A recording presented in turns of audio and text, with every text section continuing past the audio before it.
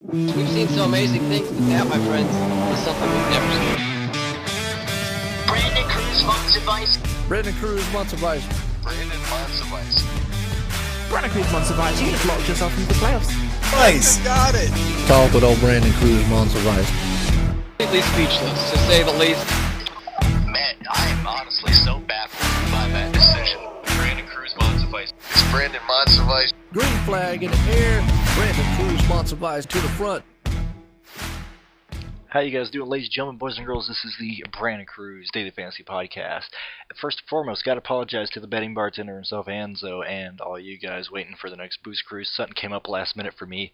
Wasn't able to make it, so there's not going to be an episode this week. Sorry about that, guys. Let's get into the Xfinity race at Daytona, and I already said sorry to him about 15 times, so sorry about that.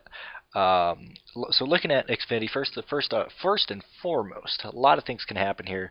Take everything you hear with a grain of salt from me or anyone you listen to. I would focus on listening to podcasts that focus on statistics and how these races play out, although they have been changing over the years. Some of them have been wreckfest, some of them don't, or some of them have, some of them haven't, yada, yada, yada. I'm going to focus more on guys in this one that you guys might not think of or that you don't know. You're not too familiar with and things of that nature. So first and foremost, I'm gonna these guys that I'm playing here. This whole list I'm gonna tell you is guys I'm making lineups with. Okay, I'll talk about Tyler Reddick's a favorite going in here. Obviously, he was a favorite going in Talladega. I faded him. Excuse me, I'm burping like crazy, and I plan on fading him as well here. So. Looking at this list, Jeff Green, right off the bat. Jeff Green is my absolute favorite pick this weekend. $4,800. Driving a sponsored number 38 car. Jeff Green only runs short tracks and super speedways. That's all he runs. Go look at his racing reference history for that, and not just him. That's what the team chooses him to run, though. So he runs like Iowa, Bristol, Talladega, and Daytona. Go back a couple years. That's all he's been doing. For the statistics that I'm bringing up, not just for him but for everyone, I'm just looking at the past 5 restrictor plate races for the Xfinity Series. So the last 5 races for Jeff Green have been. God damn it, sorry. It's the 2 from this year so far and 3 from last year. At Talladega this year, he legit blew a motor, finished 35th. Other than that, Daytona Star of the Year 7th, 23rd at Daytona summer last year, 13th at Talladega, and 11th at Daytona. On average, he is the 12th best driver right now based on how he has finished out of the 53 racers who have ran plate races this last year. This is just based on the statistics on Racing Reference. So, for example, he has 5 starts, 1 top 10, but a completion of 88.6 laps completed. Okay, so. And he's led 1 lap. He's DNF twice, but he was there at the end. Like I said, he blew a motor this last time at Daytona, and then crashed at he blew an engine at Talladega this year.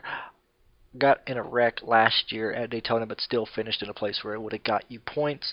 88.6% of the laps completed. That is what you want to find in these guys. He is sponsored. He is cheap. A lot of people aren't going to look at him. I think he's going to be a bit more known, next year, or at least at Daytona when he starts back. But this is your last chance to really use Jeff Green, other than when they return to Iowa and Bristol and things of that nature. Now, moving on to the MBM stable, you got Timmy Hill in the number 66, $5,100. I love Timmy Hill. I love the whole MBM group this week. That's including Timmy Hill, Chad Fitchum, and Joe Nemechek, and Joey Gaze. But I'm not too big into Joey Gaze. If I was choosing other people, it would be the former 3. Now, the number 66 car, stupid fast, made for speed. I mean, this is what racing is all about. Have you seen this car that Timmy Hill's racing? It's a legit painted car, no wraps or anything. It has legit been painted. It is looking mean. It's got yellow 66 numbers. It's black, has Overkill Motorsports on the side, and it's a flame decal with the blue stars and yada yada yada. I'm not going to focus too much on it. It's a badass looking car. Same with the 42. This is the exact same car that they ran last year, and that they have finished good in the 42 for Chad Fitchum. Now Joe Nemechek is interesting here. Or let me go back.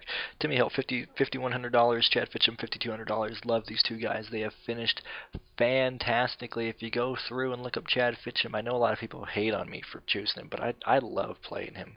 I just really like him. He's consistent when he's in the right car. The only reason he does bad is that's when you guys play him when that car is not sponsored, or if he's in the 13 car. But he's a smart guy. He can be there at the end, as he's shown with his best finish last year. I think it was 14th or something like that. Then Joe Nemechek. Joe Nemechek is unsponsored. It's $4,900 to play Joe Nemechek in this unsponsored ride, but it's very interesting. They're choosing to run Joe in this instead of their normal guy in the 13. It's front row Joe. A lot of people, if you weren't new to or if you're new to NASCAR, you don't know who Joe Nemechek is. He's a guy who used to run very well at these tracks. He knows what he's doing. He's been around the sport pretty much his whole life. His son John Hunter Nemechek is also in the race. So, God, I don't think he's going to start in park. He's the only guy I could think that would be a possible start in park, and I just do not see it.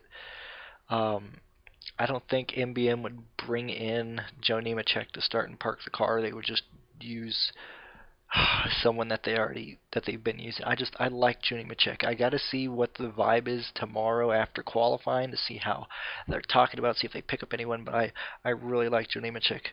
Other people that are not entirely regulars to the Xfinity Series, Austin Hill, $8,300 in this number 61. He is the guy in the Truck Series who's doing very well. He's got a sponsored ride. This is a one-off, or not a one-off race, but it's a venture that his team is starting to use to get into this series, moving up from the Truck Series to the Xfinity Series. Austin Hill is definitely there. Shane Lee, he's very interesting. He's a maybe for me. He's driving number 28.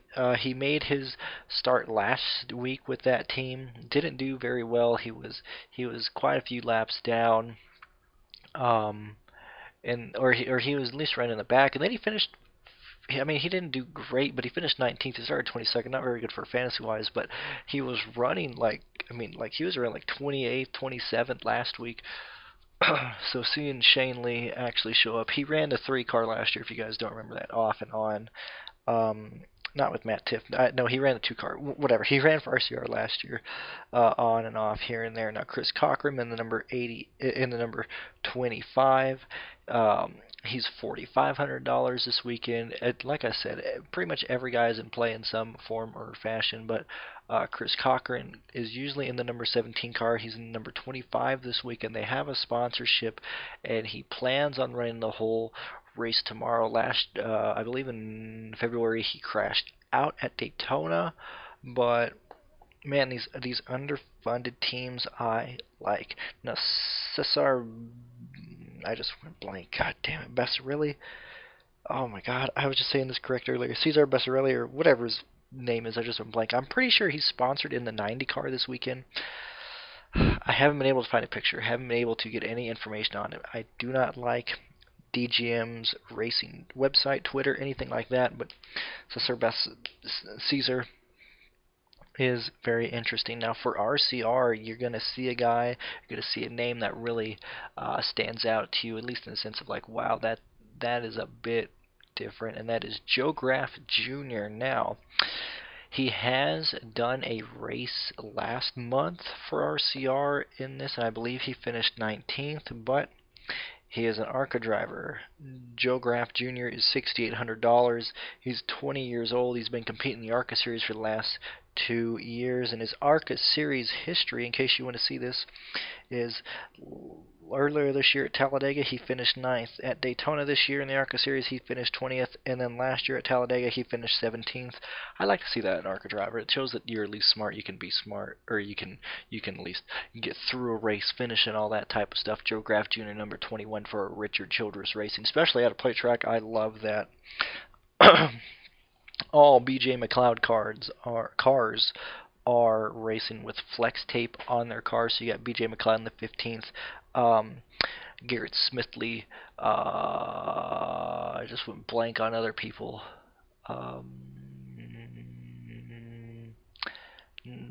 BJ McLeod, Vinnie Miller. Vinnie Miller. Who else is? I can't find him right now. I know there's one more. I already said Garrett Smithley. Anyway, all the Flex Seal cars this weekend are good to go. Now, why am I focusing on these people first? Well, because Daytona, as a small team establishment, is a really good chance for you to have a good run-in, a good time to pick up sponsorships, things of that nature. And the reason I focused on the other guys first, like Jeff Green, he's for sure said he's going to run the whole race. I like how he races. He's smart. Jeff Green will most likely be there at the end. Regardless if there's crashes or not, his car will at least be there with 10 to go. That's how I see it. Same thing with Timmy Hill, Chad Fitchum. Those guys right now. Timmy Hill and Chad Fitchum are hardworking guys. They work on their cars that they make and that they race there. They put a lot of hard effort into it.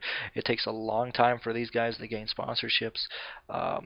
At least speaking in the 42's case, like they were able to grab sponsorships for this weekend. They don't want to piss that away. And then for Timmy Hill's sense, like they literally painted this car. You don't go to the paint shop and paint a car if you're going to start and park, if you're going to run stupid. Timmy Hill knows what he's doing. I know his finishes don't always reflect that, but the 66 and the 42 and the 38, Jeff Green, Timmy Hill, Chad Fitchum are my top 3 favorite guys this weekend, and I will play them in a lineup together regardless of where they start. I love these 3 guys. Jody Nemechek, like I said, not too sure about that. Everyone else are people that are interesting, or at least like bring an interesting dynamic into it. Speaking of that, you have AJ Allmendinger, Sheldon Creed, Brandon Brown. I'm not too worried about AJ Allmendinger. I don't know, that's just kind of weird bringing him back. I don't know. I didn't like AJ Allmendinger a whole lot anyway. Sheldon Creed, come from the Truck Series. I think this will be his first start in that 8 car this year for Junior Motorsports. But man, he's a wild man in the truck. Sheldon Creed knows how to drive on dirt. He's still learning the ropes on asphalt. Not too wild about Sheldon Creed. Brandon Brown's another guy that I like a lot, and he's got a badass looking white and green military themed car. That's going to look stupid fast tomorrow. Okay, now looking at practice times, now, I don't really want to put a whole lot of emphasis on this, but I want to show you what I'm really looking for here at least, and that's time compared to other cars, whether it's in the draft or whether it's not. I just want to see how many laps these guys are looking at. So obviously, looking at practice 1, AJ Allmendinger as fast as Chris Cockrum, and the number 25, like I said, a sponsored car. It has speed. It's at least showing speed. That's all I want to see. I don't give a shit about it being fast. I just want to show that he's out there. He ran 8 laps. Other people that stick out to me are dork. Let me back up a little bit. Regulars that at least look good to me right now. I'm not too sure how many I'll play, but AJ Allmendinger. I mean, not AJ Allmendinger. Justin Allgaier. 5 in the past 5 restrictor plate races. 2 top 5s, 3 top 10s. An average finish of 14.6, and that's really what I want to see. Then you got Christopher Bell, who stands out to me. Michael Annett won this year at Daytona. John Hunter Nemechek actually doing pretty darn good in his 3 starts so far. So in the last 3 races, 3 restrictor plate races, he has 3 top 10 finishes, an average finish of 7th. That stands out to me as well. Austin Cindric had a rough year last year, wrecking at the first race in the 60 car, but he's not looking too bad. 2 top 5s, 2 top 10s. And those people that are looking good right now. Chase Briscoe, 3 starts, 1 top 5, 1 top 10. Kaz Grala, I don't think Kaz Grala is in the race this weekend, which is a damn shame, because he would have been a favorite for me. I don't think, yeah, he's not in here. That's not important to me there. And probably Noah Gregson is another regular that at least shows some consistency here, but like I said, I'm not too worried about trying to find a regular that I like. I just want to find people who can give me good place differential and that shows me, or that has the intelligence to at least make it through a race. That's my preview on the Xfinity Series race. Oh, what am I talking about? I'm still going through practice time, so I was like, what am I talking about here? Timmy Hill.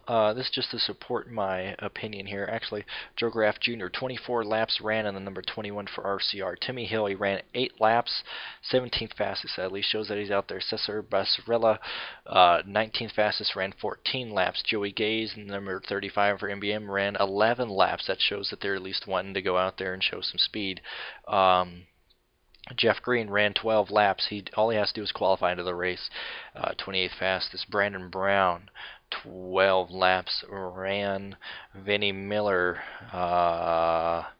15 laps ran. Stefan Parsons, 13 laps ran in first practice. That shows me that these guys are actually going out there and they want to run. What the fuck's going on here? Why is this not working?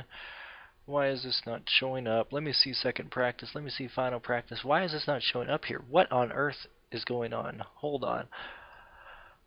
Why is my practice times not showing up here? Xfinity final practice was hours ago. I don't know what the fuck's going on. Did it rain out? Why is it not showing up here? Hold on. Oh, hello back.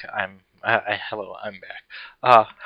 I just looked up and saw that final Xfinity practice was canceled because it rained. So there it is. We just have one practice. People who did not practice, which I'm kind of worried about. Joe Nemechek, Mike Harmon.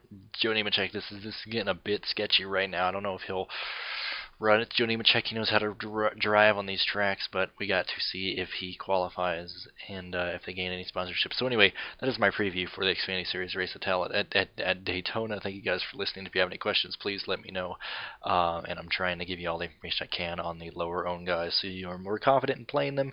Best of luck, guys. You can use 2 or 3, or you can use 1 of 2 strategies. Play guys from the back. Play a Dominator plus guys from the back. Play guys from the back that aren't highly owned, or just spread around, play whoever you think. Guys, have fun. Don't get married to your money. I will post another one for the Cup Series tomorrow. You guys have a fantastic day.